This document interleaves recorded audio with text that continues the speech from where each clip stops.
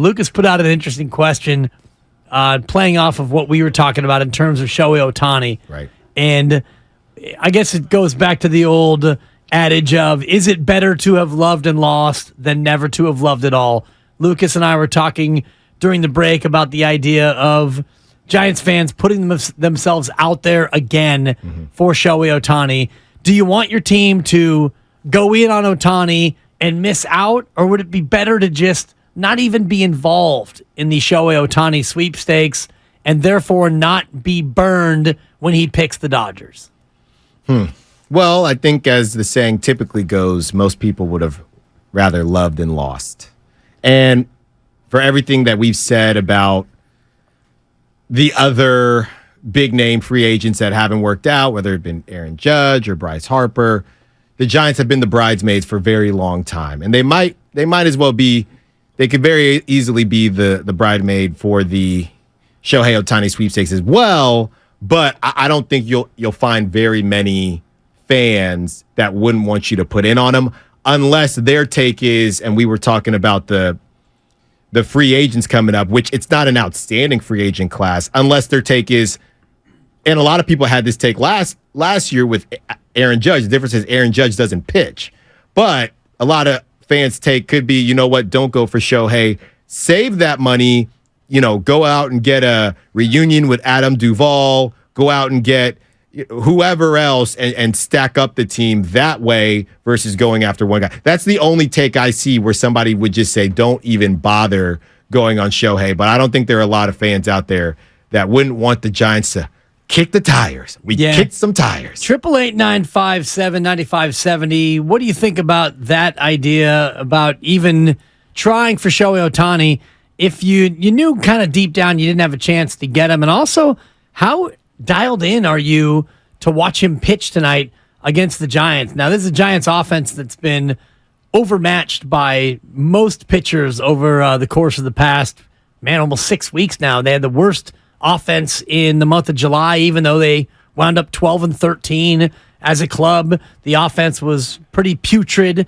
over that month, and yet here in August, you've shown some flashes, some signs of life, but by and large, the offense has been one guy, Wilmer Flores. Yeah, and Wilmer Flores, he's been the MVP. Hasn't been enough on some nights. It's been enough on others. You need somebody to show up, specifically going up against somebody like Shohei, and you look up and down that lineup. We thought Lamont Wade was starting to heat up a little bit. Even Brandon Crawford showed some flashes. You don't really know what's going to happen every day in this lineup, Dibs, and having these young guys. I mean, here's the thing. Is it too early still? You have Patrick Bailey, who came out hot. And also, Patrick Bailey, from the time he was drafted, Joey Bart was supposed to be more of the offensive catcher. We knew Patrick Bailey was going to be nasty defensively. We didn't know what he was going to do offensively. And we still don't know, to be completely honest with you. He had a hot start, but we still don't know. Schmidt, same idea. So those guys, Bailey is a staple in the lineup. And at this point, Luis Matos has been. You bring up Elliot Ramos. He's not starting tonight. But at what point do you start to look at, and Estrada back in the lineup, we love that. But what point do you start to look at a guy like Luis Matos, as crazy as it sounds, because he just came up not too long ago, but at what point do you start thinking, all right, we got to see something? And that's the thing about when you bring up these rookies in droves like the Giants did. Not that I'm complaining, but when you bring them up in droves, you need production. So it's hard to continue to look at them as rookies. Now you look around and you say, hey, who else do we have? We just don't have a very powerful lineup. But you start to look at Luis Matos, who is still trying to get his footing. You start thinking, we need some, not that he's played poorly, but he's not wowing anybody yet. Yeah, and Matos has just been damn consistent in terms of, getting one hit most nights out. Now, what he did in AAA made you believe that when he was going to come up to the big club that he would replicate that and show you that same sort of power. One home run for Luis Matos since he came up. His first game was back on June 14th. So that's a little bit of a concern. Not a major concern, but you certainly would have thought that he would bring a little bit more thump to the bat than what he's done. The thing that I think is impressive, he's gotten 36 hits for you in 46 games. Most of the time, he's 1 for 3 or 1 for 4 just about every game. Not a lot of multi-hit games. I'm just looking at his log, and I'm seeing about 6 multi-hit games throughout his short stint here. So he's been consistent, get you that one knock, but he hasn't really brought that big bat that you would hope for, especially considering this is a lineup that's been pretty power thirsty as compared to previous iterations in previous seasons. Right, and that's what happens when you're looking at him differently because of what you need. If this was a team that, okay, we have a hole here, we can bring him up, and maybe essentially what they tried to do with Elliot Ramos last year, that was a bit different, and it just was a different year in general. But, Luis Matos is playing well. That's the thing. But you just need more because you're not getting it. And even though they put up 5 last night, really, Dibs, I shouldn't be even looking at Luis Matos. I should not be going down his road. Conforto, where you at, buddy? Right. JD Davis, he comes and goes, but we need more of it. So really, it's about those guys. And like we talked about in the last segment, Farhan trying to find those hidden gems. Where is the last gem that Farhan hit on? When was the big gem? When is the last big gem that Farhan, wow, we thought this was done? Because it was, really Lamont Wade. Yeah, you could say, big gem is a little bit subjective. I look at Blake Sable as a guy who that's not a big gem, but he's been a gem. Yeah. A guy who's been a very solid backup catcher. He can play outfield, and he definitely brings a little bit of power to a team that's desperate for power. They're 18th in Major League Baseball in home runs, 18th in runs scored. Mm-hmm. And if you go back to the 107-win year, and even I think the win before that, they were number 2. Yeah. They were number 2 and they had 107 wins in home runs. So to that point, there hasn't been, Haniger, he's been hurt, and Conforto hasn't really brought that much. Haniger's been the miss to me. Big miss. Well, and the injury, I think, has been a huge factor. I know, but when you signed him, that was the question mark too, because he had been injured. Right. So that one was the gamble, and I got 5 on it. You had 5, you lost that 5. Yeah. Shout out Loonies. you lost that 5. All right. So can you get it back somewhere else? Conforto, we need more. You know what? Jock is Jock. Jock's going to be in the lineup. JD Davis has been a great find. Yes, he has. He's got 15 homers. He leads the club. He and Wilmer with 15 apiece. Conforto with the 13. That's probably about what you would expect. You were hoping for 25, 30. He's trending toward 20 home runs, maybe, if he continues this trend. Jock Peterson with just 11. You paid him $19 million on a qualifying offer. You would hope that you would give him $1 million per homer, and he hasn't really delivered that much. Yaz has got 11. He's been hurt. Lamont Wade Jr. has been in a little bit of a slump of late. Haniger has been hurt. Then you get to Sable with 11, and after that, you got Tyro with 9. He's been hurt. Brandon Crawford's got 6. He's been hurt. Patrick Bailey has been remarkable. He should be in the Rookie of the Year conversation. But other than that, you're running out of hitters here and guys who are making an actual impact. Austin Slater with only 5 home runs, and wait for it, he's been hurt. Yeah. So, that's kind of been your story with this Giants team. But that's exactly right. And then to talk about the control that the Giants have over these guys, okay, control of what, right? You go on LinkedIn, Dibs, and you see everybody. I love going on LinkedIn, and you see somebody say, I'm a big deal on LinkedIn. And you say, CEO of Styles Files. Okay. There's nobody, it's not worth anything. Not yet. It's not worth anything. Nobody else works there, right? But it sounds cool. So you got a bunch of control over guys that aren't producing. So you have control of nothing. To me, not nothing, but not anything that's worth writing home about. So that's the problem. And when you sign guys that you're taking chances on, you either need all of them to play above average, or you need somebody to pop.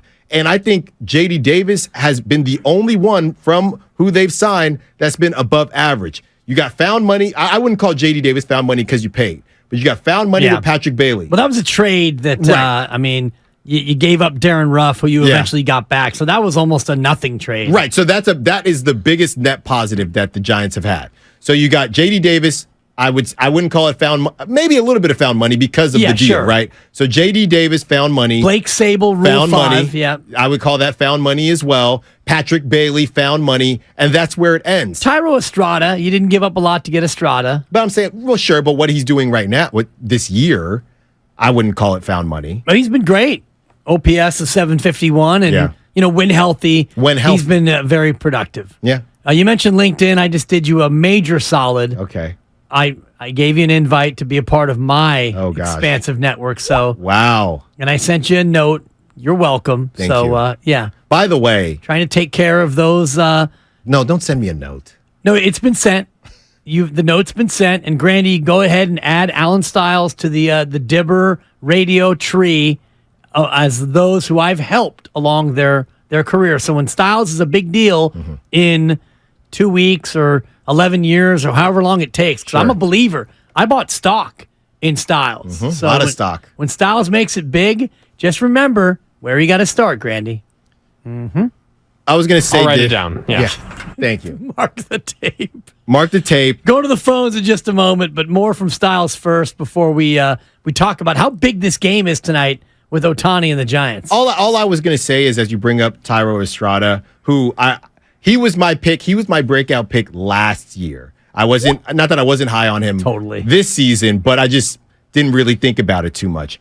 The Giants might have, and I mean this as respectfully as possible, the worst farm system as it pertains to second baseman, possibly in the league. They can't find a second baseman.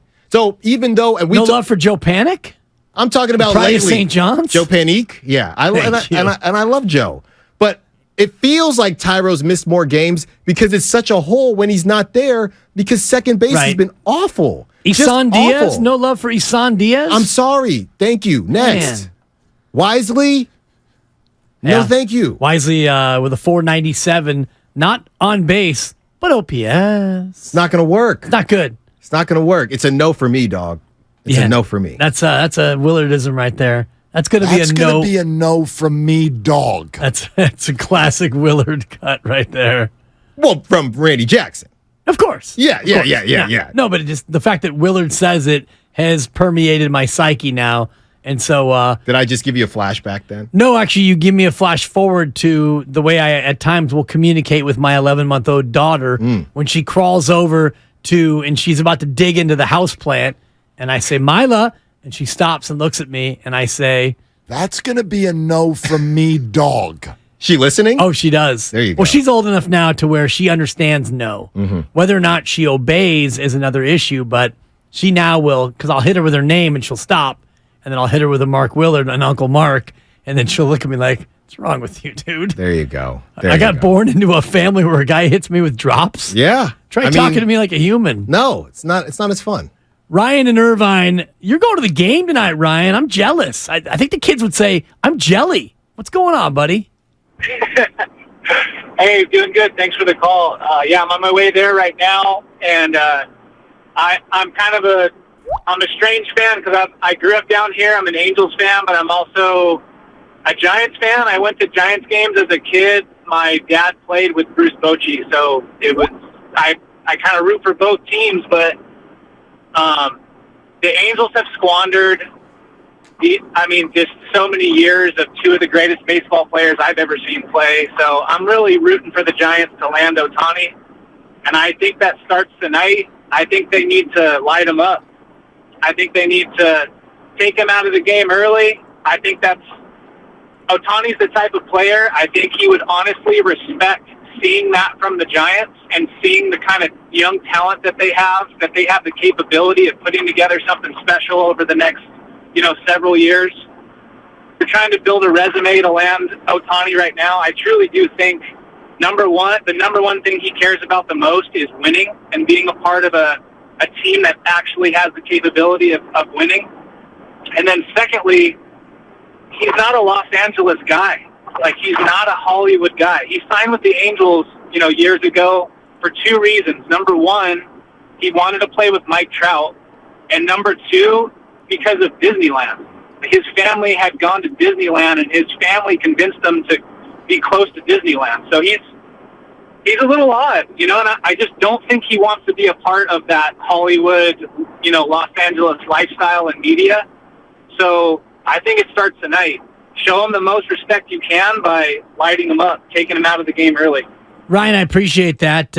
Man, Disneyland, quite a draw, and I can't say that I wouldn't want to sign with a team because of Disneyland. You get California Adventure as well. Right. You get that 2-day park hopper Legoland, shout out pass. Legoland. Legoland a little further down the too far. road, but if you go to Disneyland and you get the 2-day park hopper, you're able to go to both parks in the same day, which can make for quite a long and fun afternoon. No, I hear you, and I'm trying to double check because people always say different things. Magic Mountain is still going, right?